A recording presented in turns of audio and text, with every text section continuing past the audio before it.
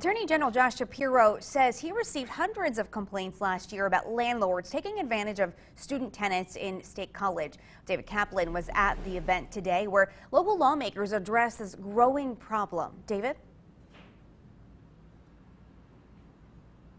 Attorney General Shapiro says he gets more complaints about how landlords in State College treat student renters than any other part of the state. Today, he and some of his staff came to State College to talk about common issues with off-campus housing and the tenants' rights.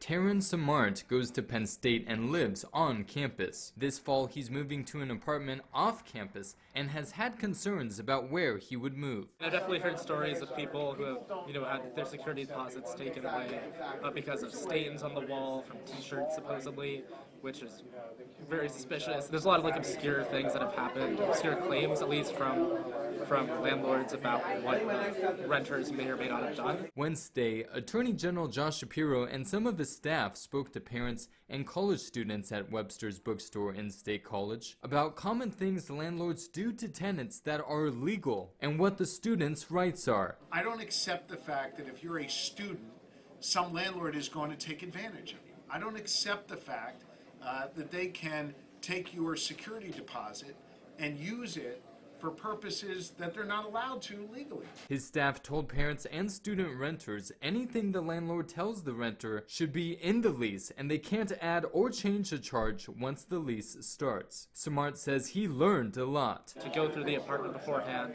right when you get in there, take pictures of everything, save evidence, and do the same when you leave so they can't spring those security deposits on you and rip you off at the end. After hearing feedback from students today, Attorney General Shapiro says they'll come back to Penn State during the off-campus housing fair as well. To find out how you can file a complaint to the Attorney General's office about a rental agreement, you can go to wearecentralpa.com. In State College, David Kaplan, WTAJ News.